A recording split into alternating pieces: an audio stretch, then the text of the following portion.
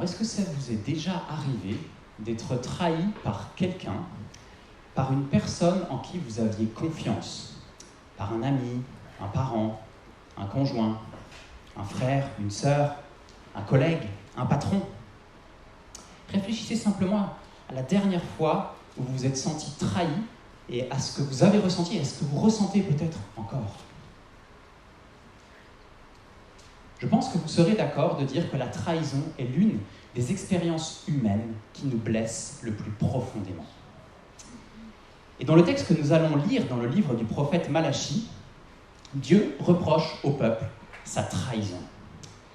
Et nous avons déjà vu dans cette étude suivie du livre de Malachie que le peuple hébreu qui était revenu de l'exil à Babylone commençait déjà à se détourner de son Dieu alors même que celui-ci avait permis qu'il revienne en Israël et qu'il reconstruise Jérusalem et son temple.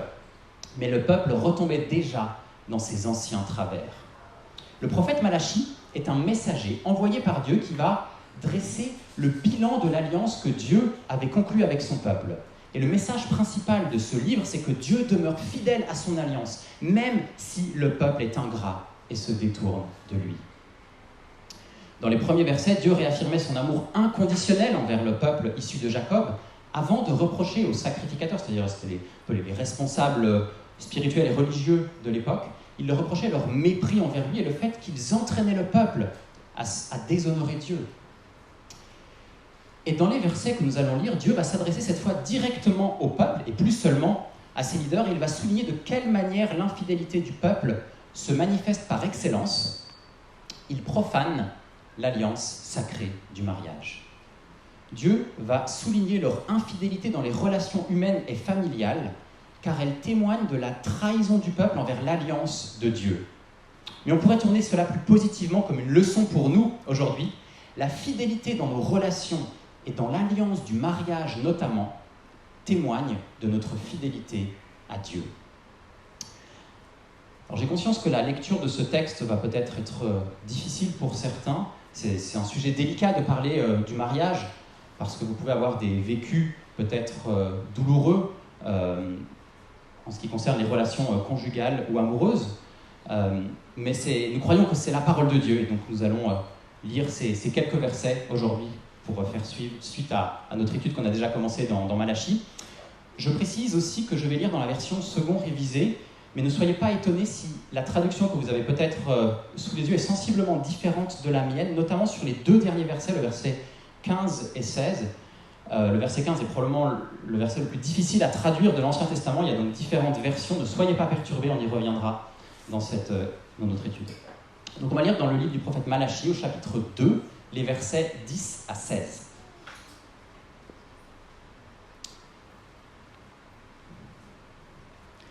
N'avons-nous pas tous un seul Père? N'est-ce pas un seul Dieu qui nous a créés? Pourquoi donc sommes-nous infidèles l'un envers l'autre, en profanant l'alliance de nos pères?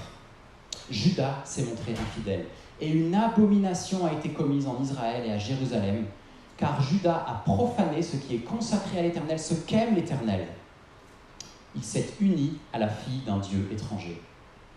L'Éternel retranchera l'homme qui fait cela, celui qui veille et qui répond. Il le retranchera des tentes de Jacob, et il retranchera celui qui présente une offrande à l'Éternel des armées. Voici encore ce que vous faites. Vous couvrez l'autel de larmes. Non, vous couvrez de larmes l'autel de l'Éternel, de pleurs et de gémissements, en sorte qu'il n'a plus égard aux offrandes et qu'il ne peut rien agréer de vos mains. Et vous dites, pourquoi? Parce que l'Éternel a été témoin entre toi et la femme de ta jeunesse à laquelle tu es infidèle, bien qu'elle soit ta compagne et la femme de ton alliance. Nul n'a fait cela avec un reste de bon sens. Un seul l'a fait. Et pourquoi? Parce qu'il cherchait la postérité que Dieu lui avait promise. Prenez donc garde dans votre esprit, et qu'aucun ne soit infidèle à la femme de sa jeunesse.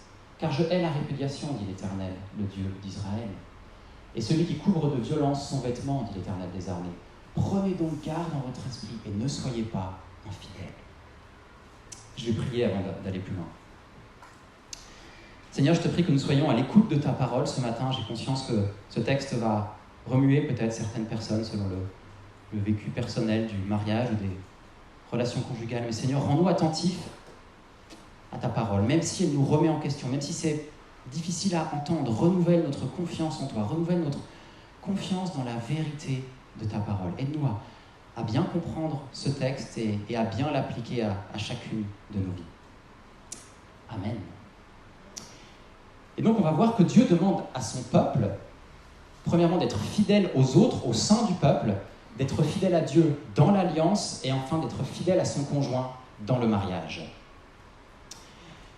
Avant d'arriver au point culminant du discours et du reproche qui concerne le mariage, Malachie commence au verset 10 par rappeler l'importance de la fidélité et de la solidarité entre les membres d'un même peuple, au verset 10.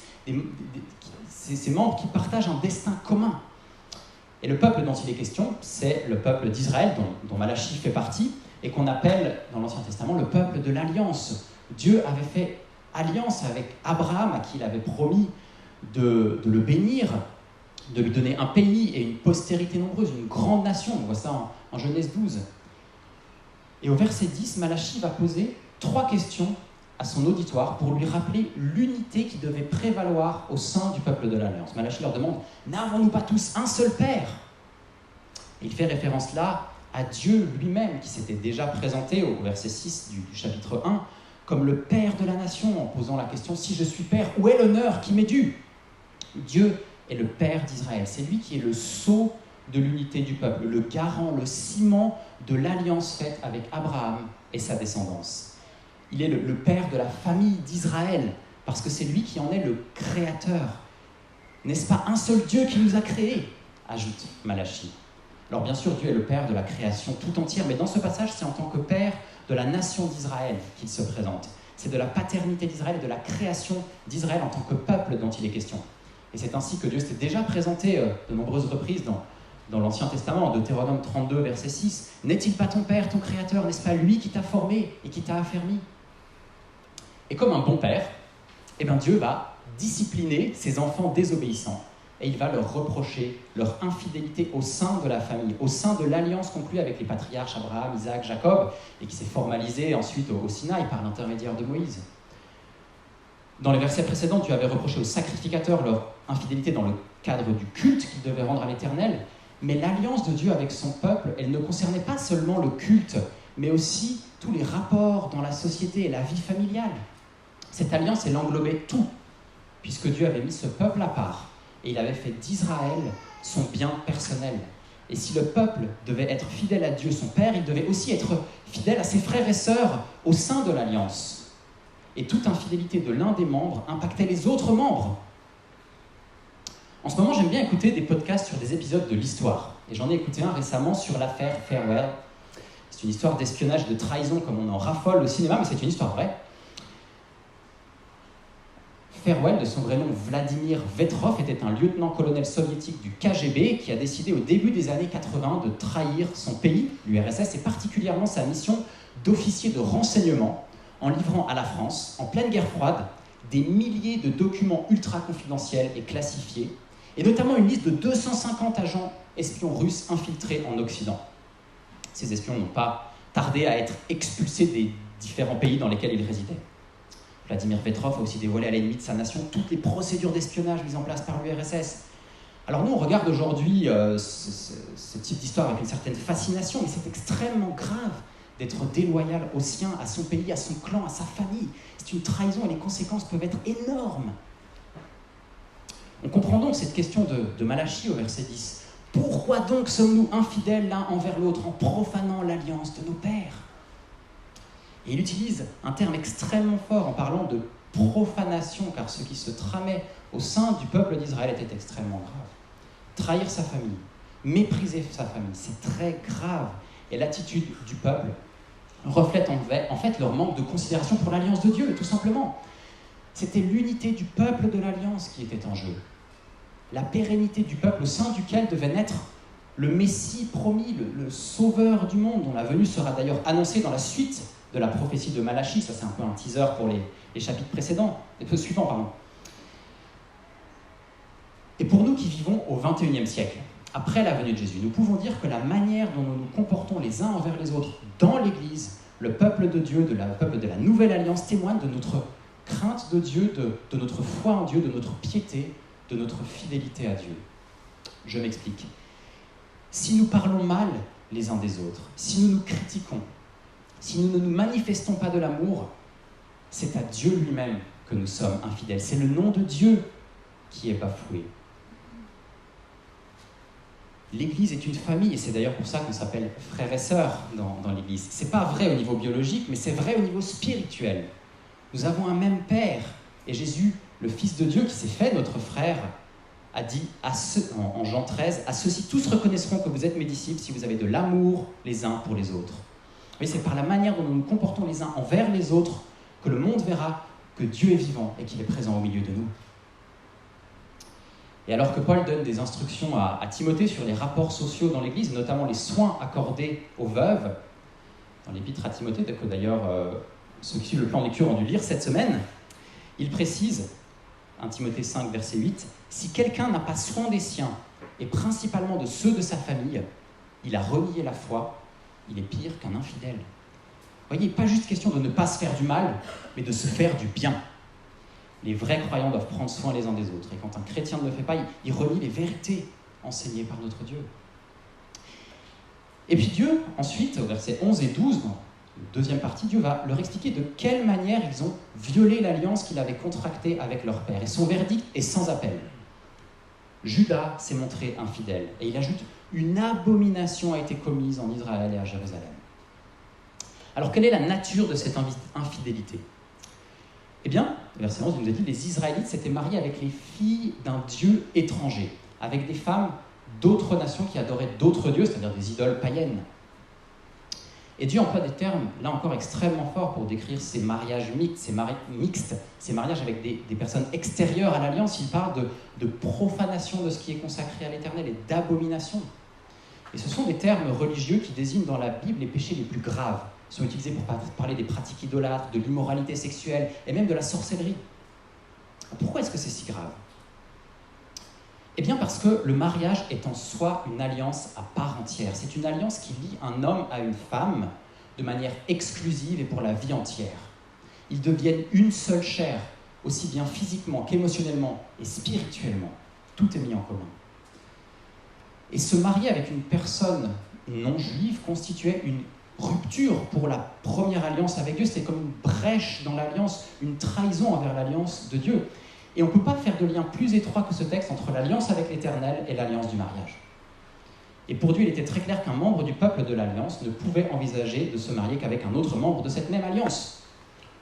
On pourrait dire hors de l'alliance, point d'alliance. Hors de l'alliance, point de mariage. Dieu avait choisi ce peuple, il l'avait créé, formé, affermi, protégé, il l'avait mis à part et il avait demandé solennellement aux Hébreux, dans le cadre de cette alliance exclusive, de ne pas contracter d'alliance avec d'autres peuples, de ne pas se mélanger avec des peuples extérieurs à cette première alliance. Je lis Exode 34, versets 15 à 16. « Garde-toi de faire alliance avec les habitants du pays, de peur que tu ne prennes de leurs filles pour tes fils et que leurs filles, se prostituant à leur Dieu, n'entraînent tes fils à se prostituer à leur Dieu. » Deutéronome 7, versets 3 à 4. « Tu ne contracteras point de mariage avec ces peuples, tu ne donneras point tes filles à leurs fils et tu ne prendras point leurs filles pour tes fils, car ils détourneraient de moi tes fils qui serviraient d'autres dieux et la colère de l'Éternel s'enflammerait contre vous. » Cette interdiction d'épouser des étrangères n'avait pas pour objectif de préserver la pureté du sang. Il s'agissait plutôt de préserver la pureté de la foi. Et c'est pour ça qu'il utilise un vocabulaire religieux. Et j'en veux pour preuve qu'il était possible pour des étrangers d'être incorporés à la nation d'Israël. C'est arrivé lors de la fuite d'Égypte, par exemple. Vous pouvez lire Exode 12, 38. Mais on pourrait aussi nommer la femme égyptienne de Joseph, la prostituée de Jéricho, Rahab, ou Ruth, la Moabite. Mais ces personnes avaient embrassé l'alliance. Elles avaient embrassé la foi du peuple de Dieu. Elles étaient devenues pleinement participantes de cette alliance. Elles avaient été greffées à l'alliance. Ruth avait par exemple d'ailleurs clairement déclaré dans le livre de Ruth au chapitre 1 verset 16 « Ton Dieu sera mon Dieu ». Ce qui veut dire qu'elle avait renoncé à Kémosh, le dieu des Moabites. Ruth et Rahab font même partie de la généalogie de Jésus, en Matthieu 1, parce qu'elles ont été vraiment incorporées à l'alliance, elles ont pleinement embrassé l'alliance. Elles ne sont pas restées les fesses entre deux chaises, elles ont choisi leur chaise. Et elles ont intégré et rejoint l'alliance par leur foi en Dieu. Vous voyez, Dieu n'interdit pas les mariages mixtes interraciaux, mais plutôt les mariages entre des personnes qui ne partagent pas la même foi. Les Hébreux étaient prévenus, et ils ont pourtant transgressé cette disposition de l'Alliance, ce commandement explicite. Et c'est grave, parce que l'infidélité est un péché. Et c'est arrivé du temps d'Esdras et Néhémie, qui sont d'ailleurs des contemporains de Malachie. Et Néhémie a dû prendre des dispositions extrêmement sévères envers ceux qui se livraient à un tel péché, à une telle infidélité, parce que ça détournait le peuple de son Dieu, de son Père, de son Créateur. Le roi Salomon est aussi un triste exemple de ce que l'union à des femmes étrangères peut produire en termes de péché et d'infidélité à Dieu. Poussé par ces femmes filles d'un Dieu étranger, Salomon a fini par adopter et adorer leur divinité. Et Dieu annonce au verset 12 qu'il sanctionne une telle attitude.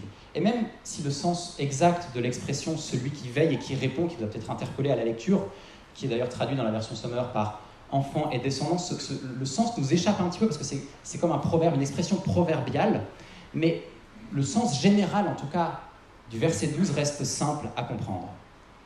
Dieu annonce un jugement sévère envers les coupables d'un tel choix. Il parle de, verset 12, de retrancher l'homme qui fait cela, de le retrancher des tentes de Jacob.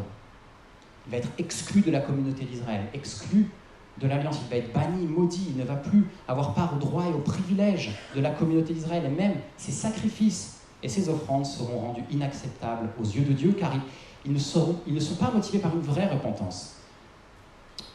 Il précise ainsi que leur religiosité apparente ne l'attendrira pas.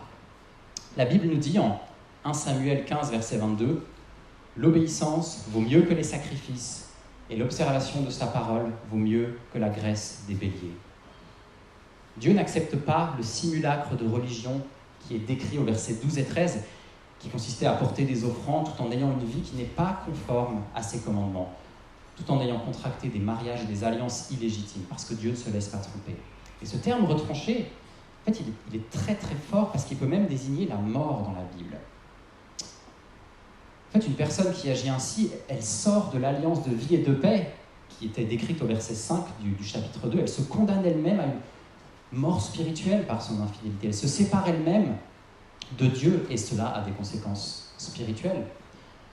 Quand un espion ou un agent double comme Vladimir Vetrov, dont j'ai parlé, est démasqué, il est forcément sévèrement châtié. Il avait pactisé avec l'ennemi de sa nation, il avait trahi son allégeance au KGB, il avait trahi son pays.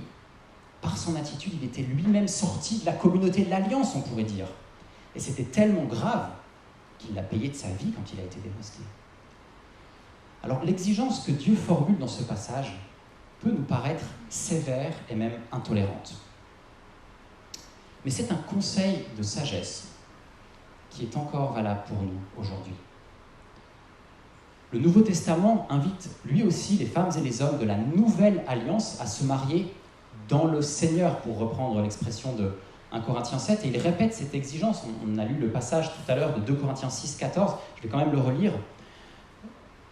2 Corinthiens 6, 14 à 16. « Ne vous mettez pas avec les infidèles sous un joug étranger, car quel rapport y a-t-il entre la justice et l'iniquité? Ou qu'y a-t-il de commun entre la lumière et les ténèbres? Quel rapport y a-t-il entre Christ et Bélial? Ou quelle part a le fidèle avec l'infidèle? Quel rapport y a-t-il entre le peuple de Dieu et les idoles? Car nous sommes le temple du Dieu vivant, comme Dieu l'a dit. J'habiterai, je marcherai au milieu d'eux, je serai leur Dieu, et ils seront mon peuple. » Je ne sais pas s'il reste des enfants dans la salle, mais est-ce que vous savez ce que c'est qu'un joug? Je n'ai pas dit une joue, j'ai dit un joug. Timothée, est-ce que tu sais ce que c'est qu'un joug? Non. Alors, d'un tout petit peu plus grand. Je n'en parle pas, plus grand. Valoïse, est-ce que tu... Elle est derrière. Alors, Timothée, un peu plus grand. C'est quoi? Ouais, c'est ça, exactement. Ouais. C'est une pièce en bois qu'on place sur un animal ou plusieurs animaux, 2 animaux ensemble, et qui est souvent relié à une charrue ou une charrette et qui leur permet ensemble d'avancer un attelage ou une charrue. Mais si on met un bœuf et un cheval, un bœuf ou un âne sous un même joug, sous une même barre en bois, ils ne vont pas réussir à avancer. Pourquoi? Parce qu'ils n'ont pas le même gabarit, ils n'ont pas le même pas. Ils vont peut-être simplement pas réussir à avancer, ou alors tourner en rond, vous voyez. Il en va de même du mariage entre un croyant et un non-croyant. Le mariage, c'est une entreprise délicate. Il s'agit d'un homme, d'une femme imparfaite et pécheur qui s'unissent pour former une seule chair, pour toute la vie. Ils forment une alliance, donc pour dire un attelage, qui va tenter d'avancer de manière harmonieuse et efficace dans la même direction, avec des joies et des difficultés, même entre deux chrétiens authentiques qui partagent la même foi. Mais si vous savez dès le départ que vous n'avez pas les mêmes priorités, pas les mêmes buts dans la vie, vous conviendrez qu'il vaut mieux s'abstenir de s'aventurer sur le chemin avec un tel handicap. Moi, j'aime beaucoup la rando. Je ne sais pas si vous aimez la rando, mais imaginez que vous partez en rando en haute montagne avec votre meilleur ami. Et vous savez, quand on fait de l'alpinisme, on s'attache l'un à l'autre avec une corde. Imaginez que vous n'ayez pas le même but que votre ami et que vous n'ayez pas prévu de monter sur le même sommet. Assez rapidement, ça va être compliqué. Je peux vous assurer qu'il y aura des luttes, que chacun va essayer de tirer sur la corde pour ramener son copain sur son chemin à lui. Et l'un va peut-être même finir par couper la corde ou alors renoncer au sommet que lui avait prévu de gravir. Et vous conviendrez qu'il vaut mieux ne pas s'aventurer du tout dans une telle expédition quand on sait à l'avance qu'on n'a pas le même projet, le même but. Vous voyez, le commandement de Dieu est un conseil de sagesse qui va dans l'intérêt des deux parties, de ces deux amis, du chrétien comme du non-chrétien, qui ont des buts différents dans la vie. Si vous vous mariez avec quelqu'un qui ne partage pas la même foi, un non-chrétien, un non-croyant ou un peu croyant, je peux vous assurer que vous allez au-devant de luttes, de compromis, de difficultés. Que ferez-vous le dimanche matin ? Irez-vous à l'église aussi souvent que vous le voudriez ? Pourrez-vous vivre la communion fraternelle avec l'église autant que vous le souhaitez ? Si Dieu vous donne des enfants, aurez-vous la liberté de les élever dans la foi ? Quelles seront les priorités de votre foyer ? Est-ce que ce sera de glorifier Dieu, de chanter ensemble ses louanges en famille, de réfléchir à des moyens créatifs, de parler de l'Évangile et de Christ à ses voisins ? Est-ce que vous êtes prêts à renoncer, à partager avec votre conjoint ce qui est tellement important pour vous, votre foi ? Est-ce que vous êtes prêts à ne pas pouvoir prier avec la personne avec qui vous êtes censé tout partager ? Quand on accepte des compromis, il y a toujours un prix à payer, tôt ou tard. Et à force de compromis, le chrétien court le risque de se détourner complètement de Dieu, de rejoindre l'autre chemin, de ne plus gravir la montagne de Dieu, pourrait-on dire. Le risque, c'est de se retrancher, de reléguer sa relation avec Dieu à un vague souvenir ou quelque chose de très marginal dans sa vie, alors que Dieu veut toute notre vie, il veut que toute notre vie soit à lui. C'est en fait la question de notre fidélité à Dieu qui est posée. Jusqu'où va notre fidélité à Dieu ? Jusqu'où sommes-nous prêts à être fidèles à ses commandements, à sa sagesse ? Sommes-nous prêts à être fidèles en toutes choses, dans tous les domaines, même si ça suppose un renoncement à certains rêves, à certains désirs, un renoncement à une relation amoureuse ? Alors j'ai intitulé cette prédication « Fidèles jusqu'à la mort ». Jusqu'où sommes-nous prêts à être fidèles ? À quel sacrifice sommes-nous prêts à consentir pour rester fidèles à Dieu ? Sommes-nous prêts à mourir à nous-mêmes et même peut-être à renoncer au mariage s'il ne se présente pas d'opportunité de mariage avec quelqu'un qui partage la même foi en Jésus-Christ ? Alors j'ai conscience que c'est facile de poser la question pour les autres alors que je suis marié avec une femme extraordinaire qui aime Dieu de tout son cœur. Mais c'est la question qui est posée par ce texte, la question de la confiance en Dieu. Est-ce qu'on a suffisamment conscience que ses commandements sont bons ? Ou est-ce qu'on va suivre son propre cœur, ses propres idées, ses propres convictions, ses propres émotions, au détriment de la parole de Dieu ? Et ce n'est pas parce qu'on a une bonne théologie théorique que l'on est fidèle à Dieu. Et c'est par la manière dont on met en pratique sa parole qu'on peut mesurer notre fidélité. Jésus a dit « Si vous m'aimez, gardez mes commandements » en Jean 14. Faisons confiance à celui qui est l'inventeur du mariage, celui-là même qui valorise aussi le célibat, parce que le célibat peut être mis au service du royaume de Dieu. On voit ça en Matthieu 19 ou en Corinthiens 7. Si vous n'êtes pas marié aujourd'hui, prenez en considération ce conseil de sagesse et cet avertissement. Et prenez dès maintenant la ferme décision de ne pas vous engager dans une relation avec une personne qui ne partage pas votre foi. C'est dans votre intérêt et le sien. Et à vous dégager d'une telle relation si vous n'êtes pas marié. Mais si vous êtes déjà marié, même si vous êtes dans un couple disparate en ce qui concerne la foi, ça ne veut pas dire qu'il faut divorcer pour autant. Et cette réflexion nous amène à notre troisième partie, au verset 13, dans lequel Dieu réaffirme l'importance de la fidélité à son conjoint. Quand on a contracté une alliance, on se doit d'y être fidèle, dans la mesure où cela dépend de nous. Ça nous amène au verset 13 à 16, où Dieu continue ses reproches. Au verset 13, on voit qu'il aborde un autre sujet. Il dit « Voici encore ce que vous faites ». Il a un autre grief envers eux. Et il va leur expliquer pourquoi ils restent sourds à leurs gémissements et à leurs offrandes. Un péché avait mis un obstacle dans la relation avec Dieu. Comme le dit Ésaïe en Ésaïe 59,2, « Ce sont vos crimes qui mettent une séparation entre vous et votre Dieu. Ce sont vos péchés qui vous cachent sa face et l'empêchent de vous écouter. » Encore une fois, l'activité religieuse toute seule ne vaut rien si c'est un substitut pour l'obéissance et la repentance sincère. Et puisqu'ils font mine de ne pas comprendre, pourquoi ils ne comprennent pas le rejet de Dieu, il va nommer le coupable. C'est le divorce, l'infidélité dans le mariage. Dieu est le créateur du mariage. Il n'aime pas quand le lien marital est rompu.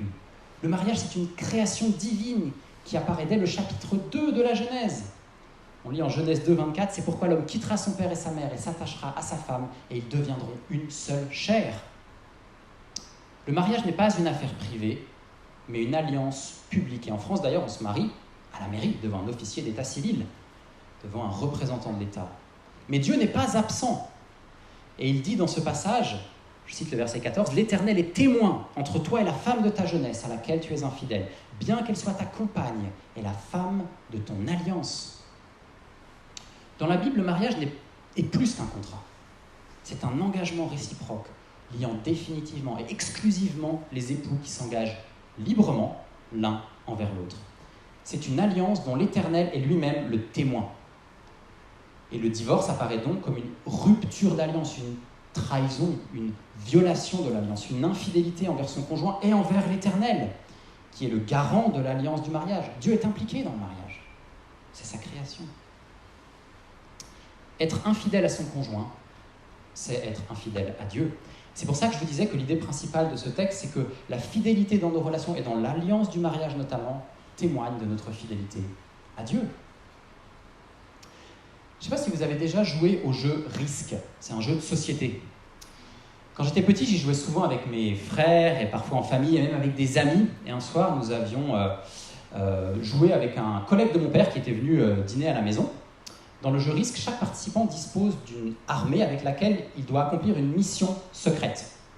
Et du haut de mes 7 ans, j'avais conclu une alliance avec le collègue de mon père. C'était un pacte de non-agression pour toute la partie. Alors je ne sais plus pourquoi, mais au cours du jeu en tout cas, il a finalement décidé de m'attaquer.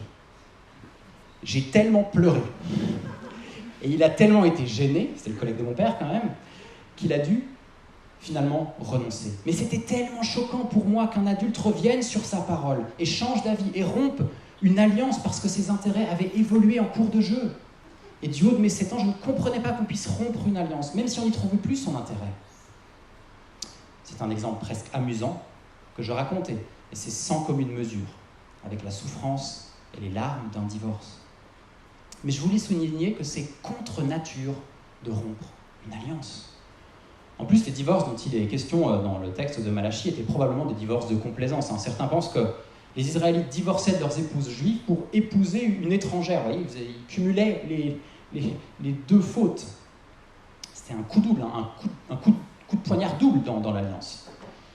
Et le verset 15 suggère que ces hommes se trouvaient des excuses. Alors je vous ai dit que ce verset posait d'énormes problèmes de traduction qui portent notamment sur l'identité de ce un seul l'a fait, ou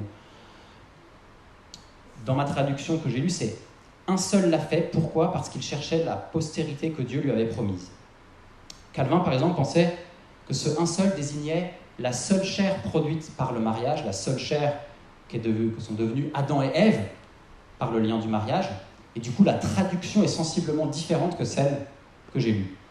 Mais je pense, avec la majorité des commentateurs, dont Luther, qu'il est question plutôt ici d'Abraham.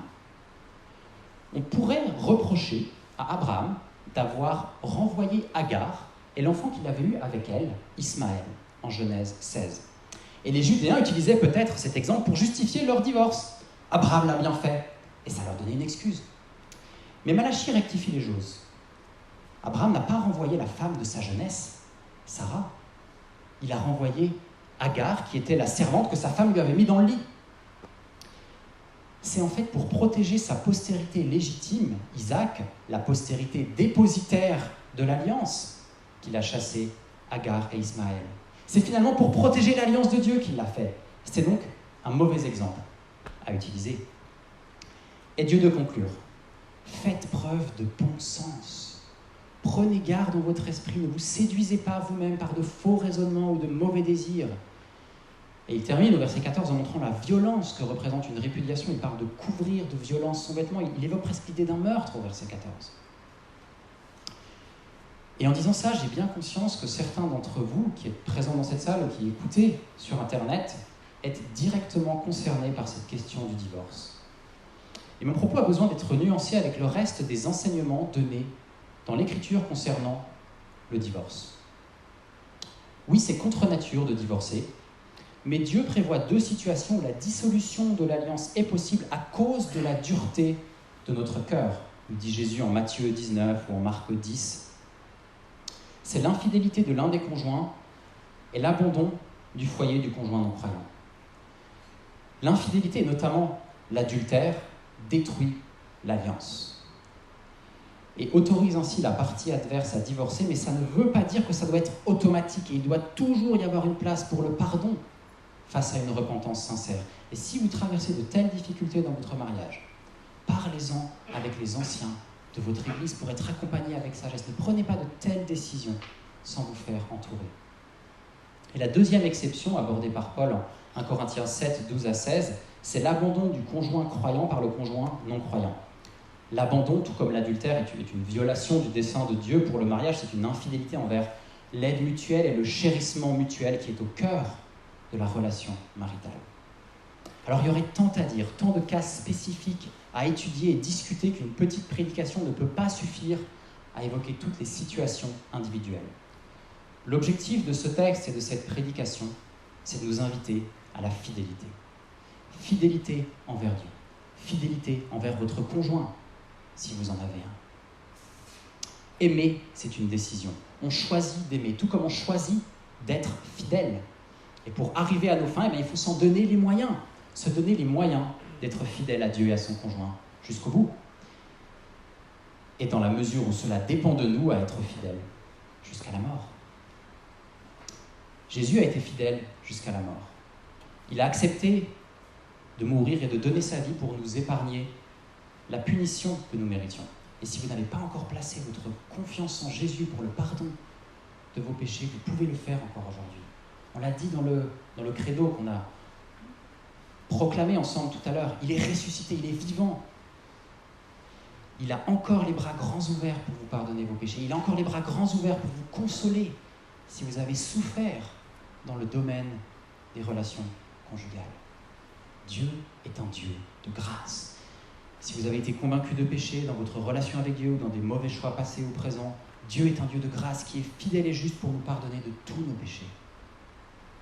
Et c'est aussi auprès de lui que nous pouvons trouver la grâce nécessaire pour nous aider au quotidien à aimer notre conjoint. Car soyez assurés qu'il aime répondre à nos prières lorsque nous crions à lui pour lui demander de l'aide, pour aimer notre conjoint et être fidèle à notre conjoint et être fidèle à lui, à Dieu.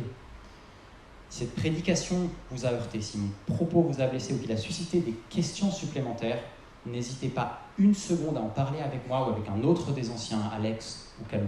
C'est un sujet très important et on veut accueillir vos questionnements sans aucun jugement. On veut pouvoir pleurer avec vous, prier avec vous si vous en avez besoin. Je vais prier. Notre Dieu, notre Père, c'est auprès de toi que nous trouvons la consolation. Nous avons conscience que tu es un Dieu fidèle qui nous demande d'être fidèle parce que toi, tu es fidèle en toutes choses. Aide-nous à t'être fidèle en toutes choses, à te faire confiance en toutes choses, à ne pas suivre nos propres intérêts, nos propres désirs, mais à faire confiance à ta parole. Convainc-nous que ta parole est la vérité, que tes commandements sont bons pour nous aujourd'hui. Aide-nous à être fidèles aux autres, et à t'être fidèle à toi et à rester fidèle à notre conjoint si nous en avons. Et c'est au nom de notre Seigneur Jésus-Christ que nous te prions. Amen.